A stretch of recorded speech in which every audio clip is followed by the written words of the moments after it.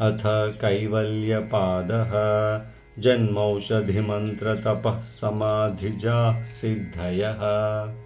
जन्म से, औषधियों से, शक्तिशाली मंत्रों के जाप से, तप करने से और धारणा, ध्यान एवं समाधि के अभ्यास से योगी में अनेक सिद्धियां उत्पन्न होती है। जात्यंतर परिणाम प्रकृत्या पुरात। एक प्रजाति का दूसरी प्रजाति में रूपांतरण प्रकृति के प्रवाह द्वारा होता है। निमित्तम प्रयोजकम प्रकृतीनां वर्णभेदस्तु तथा क्षेत्रीकवत्।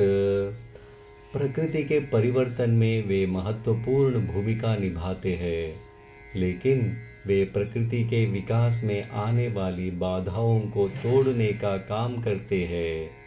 यह वैसा है कि जैसे कोई किसान पानी को बहने देने के लिए अवरोध को तोड़ता है और फिर वो पानी अपने स्वभाव से नीचे की ओर बहता है।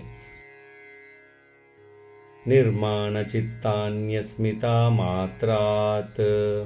सभी सृजित मन केवल अहंकार से निर्मित होते हैं।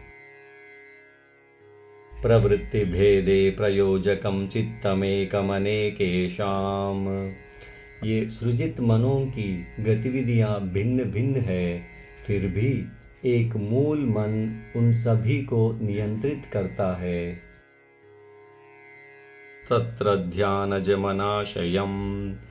विभिन्न चित्तों में से जो चित्त समाधि द्वारा प्राप्त होता है वे कर्म संस्कारों से मुक्त होता है। कर्मा शुक्लाम कृष्णम योगिनस्त्रिविधमितरेषाम्। योगी के कर्म पाप एवं पुण्य से रहित होते हैं, अर्थात निष्काम होते हैं, इसको अशुक्ल अकृष्ण कर्म भी कहते हैं। जबकि योगी से भिन्न सांसारिक व्यक्तियों के कर्म तीन प्रकार के होते हैं: शुक्ल कर्म, कृष्ण कर्म, शुक्ल कृष्ण कर्म। ततस्तद्विपाकानुगुणानामेवाभिव्यक्तिर्वासनानाम्। उन फलोन्मुक्त कर्मों के भोगों के अनुरूप ही वासनाओं या संस्कारों की अभिव्यक्ति होती है। जाति देश काल व्यवहितानामप्यानन्तर्यं स्मृति संस्कारयोरेक रूपत्वात्। स्मृति और संस्कार की एक रूपता होने के कारण जाति, स्थान और काल से बाधित होने पर भी वासनाएं प्रकट हो जाती है। तासामनादित्वं चाशिषो नित्यत्वात्। जीवित रहने की इच्छा की सतत विद्यमानता होने से उन वासनाओं या संस्कारों का प्रवाह अनादिकाल से ही निरंतर चलता रहता है। हेतु फलाश्रयालंबनैः संगृहीतत्वाद्वेषानुभावे तदभावः। हेतु, फल, आश्रय और आलंबन से ही वासनाओं का संग्रह होता है। अतः इन उपर्युक्त चार कारणों का अभाव होने से सभी वासनाओं का भी अभाव हो जाता है। अतीतानागतं स्वरूपतोस्त्यध्वभेदाद्धर्माणाम्। अतीत और भविष्य का एक सच्चा रूप होता है जो उसकी विशेषताओं के द्वारा दर्शाया गया है। ते व्यक्त सूक्ष्म गुणात्मानः। तीनों कालों में विद्यमान रहने वाले सभी पदार्थ व्यक्त या प्रकट रूप से, अप्रत्यक्ष गुण रूप से अस्तित्व में रहते हैं। परिणामैकत्वाद् वस्तुतत्वम्। वस्तु का सार गुणों के परिवर्तन की विशिष्टता के कारण है। वस्तु साम्ये चित्त भेदात् तयोर्विभक्तः पंथाः। वस्तु के एक समान होने पर भी अनेक चित्तों में ज्ञान का अंतर होने से वस्तु और उसके ज्ञान के मार्ग अलग अलग होते हैं। न चैकचित्ततन्त्रं वस्तु तदप्रमाणकं तदा किं स्यात्। कोई भी वस्तु किसी भी एक ही चित्त के द्वारा नियंत्रित नहीं होती है, क्योंकि जब उस चित्त का अस्तित्व नहीं रहेगा तब उस वस्तु होगी या नहीं होगी। तदुपरागाप्रेक्षत्वात् चित्तस्य वस्तु ज्ञाता ज्ञातम। चित्त को वस्तु का ज्ञान होना एवं न होना वस्तु के साथ उपराग की अपेक्षा से होता है। सदा ज्ञाताश्चित्तवृत्तयस्तते प्रभोः पुरुषस्य परिणामित्वात्। ऐसे चित्त के स्वामी जीवात्मा के अपरिणामी या अपरिवर्तनशील होने से उसे चित्त की सभी वृत्तियां सदैव ज्ञात रहती है।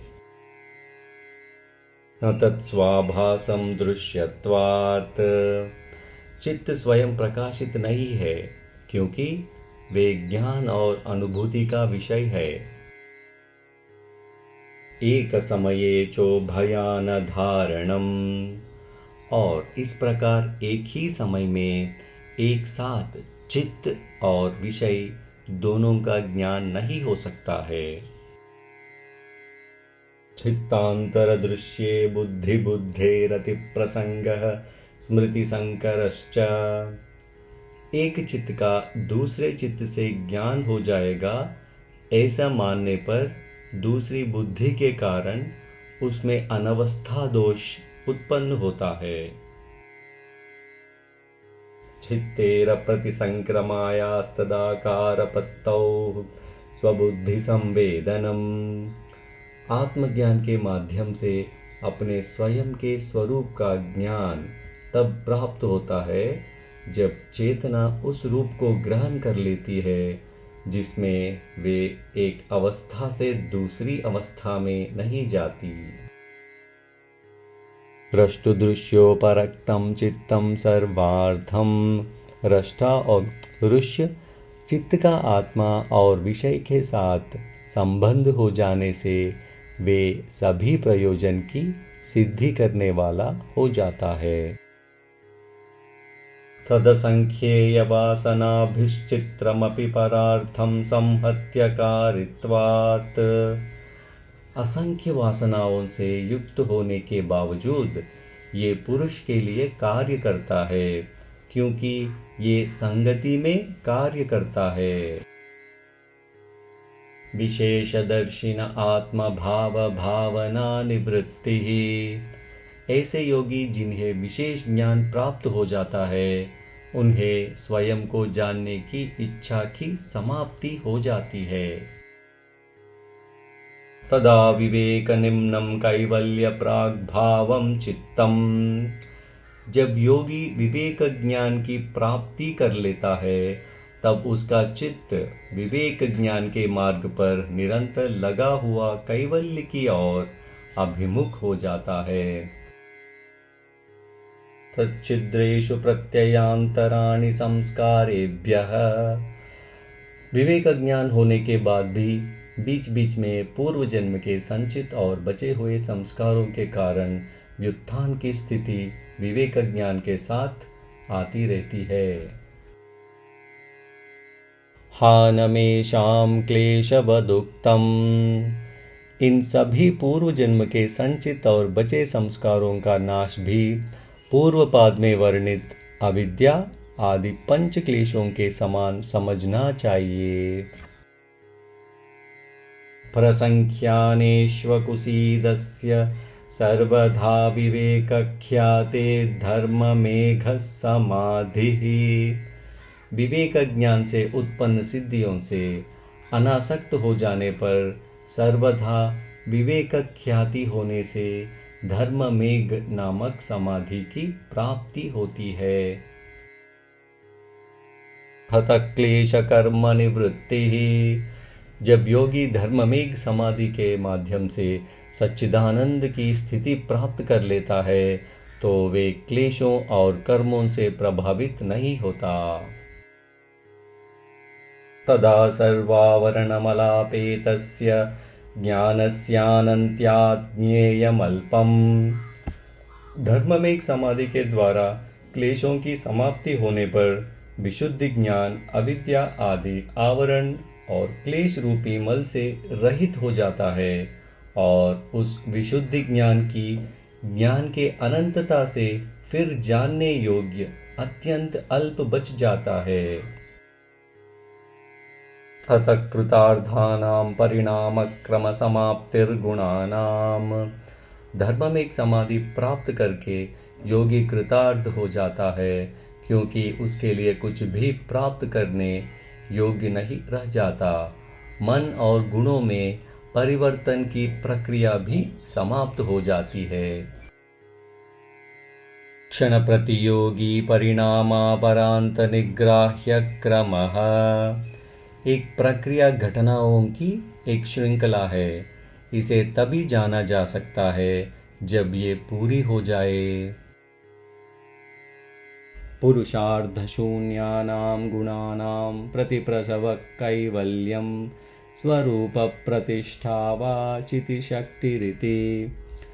इस जीवन में प्रयोजन अथवा लक्ष्य से रहित हुए गुणों का वापस अपने कारणों में लीन हो जाना ही कैवल्य मुक्ति होता है।